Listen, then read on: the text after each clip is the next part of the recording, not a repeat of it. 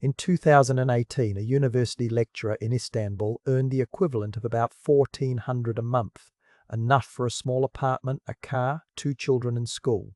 Today, that same salary, same job, same institution, is worth $420. Nothing changed except the money.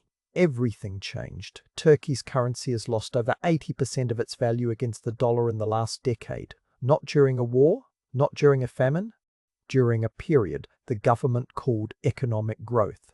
This is not an accident. It is not bad luck. It is the direct, predictable result of one man deciding he understood economics better than every economist on earth.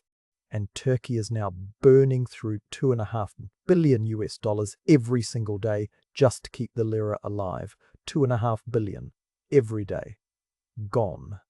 To understand how Turkey ended up here, you have to understand one idea. One genuinely insane idea that one man pushed into national policy and refused to abandon. The idea? High interest rates cause inflation, not fight it, cause it. Every mainstream economist on the planet says the opposite. Every central bank on earth operates on the opposite principle. But Turkey decided the entire global consensus was wrong. And Turkey was right. What actually happens when you cut rates while inflation is rising? Investors pull their money out. The currency falls. Imports get more expensive. Prices rise. Inflation accelerates. The very thing you were trying to prevent gets worse. Much worse. Then you cut rates again.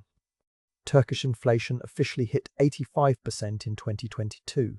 85. Bread, electricity, rent, everything nearly doubled in a single year. The unofficial number, calculated by independent Turkish economists, was closer to 185%. Nearly triple. And the government knew. That gap between the official number and the real number is not a rounding error. It is a government lying to its own people about how badly they are suffering. And the people knew. They knew because they were living it. Every trip to the market, every school fee, every electricity bill. Here is what 80% currency collapse actually does to a human being. A Turkish engineer saved for 8 years to buy an apartment. He put his savings in lira. By the time he had enough, the money was worth less than half what he needed. He started again. The finish line kept moving. This is not economics. This is the systematic destruction of a generation's future. When a currency collapses, savings collapse. When savings collapse, the middle class collapses. When the middle class collapses, a country stops being a country and starts being a transaction. But here is what almost nobody asks about Turkey. If the damage was this visible, this measurable, why did nobody in power stop it? Because the government didn't just mismanage the economy, it made dissent dangerous. Between 2013 and 2023, Turkey went from a relatively free press to ranking among the world's top jailers of journalists. Economists who published independent inflation data faced legal harassment. A professor was fired for signing a peace petition. You cannot fix what you are not allowed to name. 3 central bank governors were fired in 2 years for disagreeing with the interest rate policy. 3. You don't fire the person responsible for your currency 3 times unless you have decided that loyalty matters more than competence. And when you decide that, the currency tells you what it thinks. Eventually, the government reversed course. In 2023, new economic management began raising rates, doing what should have been done years earlier. The textbook worked, it always works, but the damage is not reversible with a policy change. The people who left, not coming back. The savings that evaporated, gone. You can fix the policy, you cannot undo the decade. Between 2013 and 2023, Turkey went from having a relatively free press to ranking among the world's top jailers of journalists. Economists who published independent inflation data faced legal harassment. The brain drain is the part that makes recovery genuinely difficult. Between 2021 and 2024, Turkey lost more high-skilled professionals per capita than almost any country on earth outside of active war zones. Doctors, engineers, software developers. A Turkish doctor who trained for 12 years discovered that her monthly salary converted to euros was less than what a German supermarket checkout worker earned per week. She moved to Germany. She sends money home. Turkey trained her. Germany got her. That is not a brain drain. That is a subsidy paid by Turkish taxpayers to the European economy. Now layer the geopolitical exposure on top of all of this.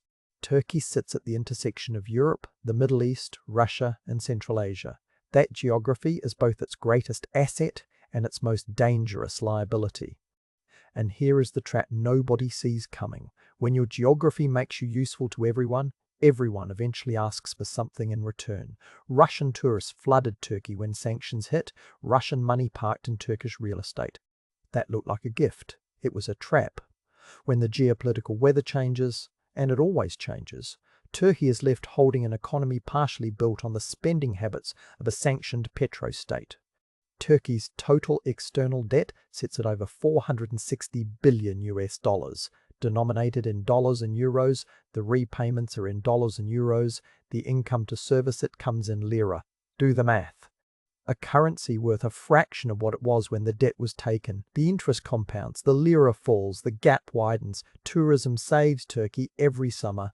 45 million visitors a year pouring euros and dollars directly into the veins of the economy. It is the one sector that works.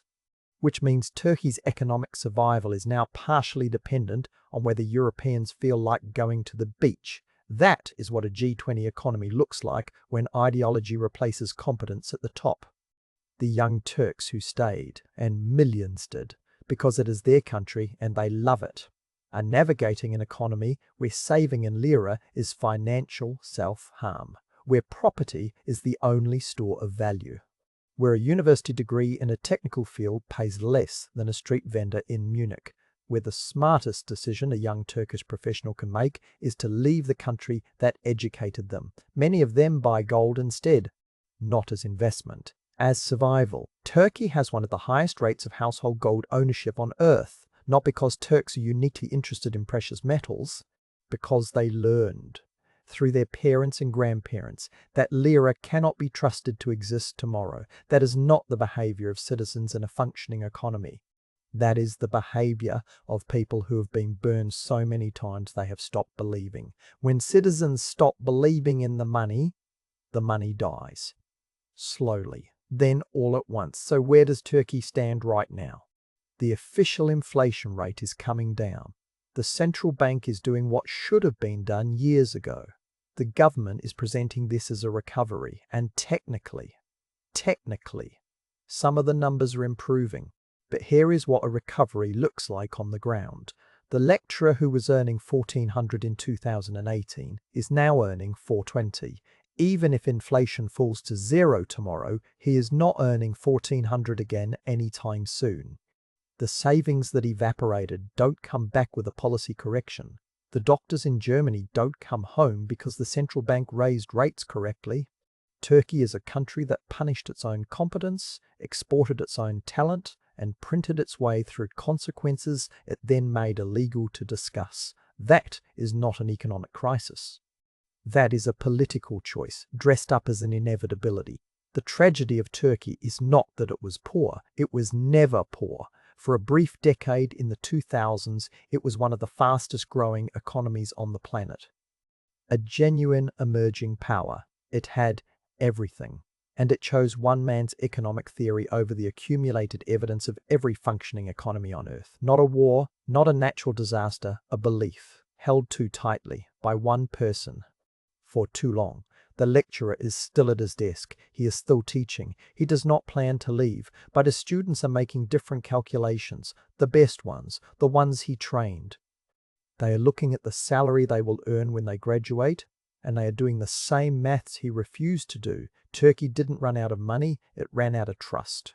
And trust, once broken by the people who are supposed to protect it, takes a generation to rebuild, if it rebuilds at all. Subscribe to World Fracture and tell us in the comments, do you think Turkey can still recover from this? Or has the damage already passed the point of no return?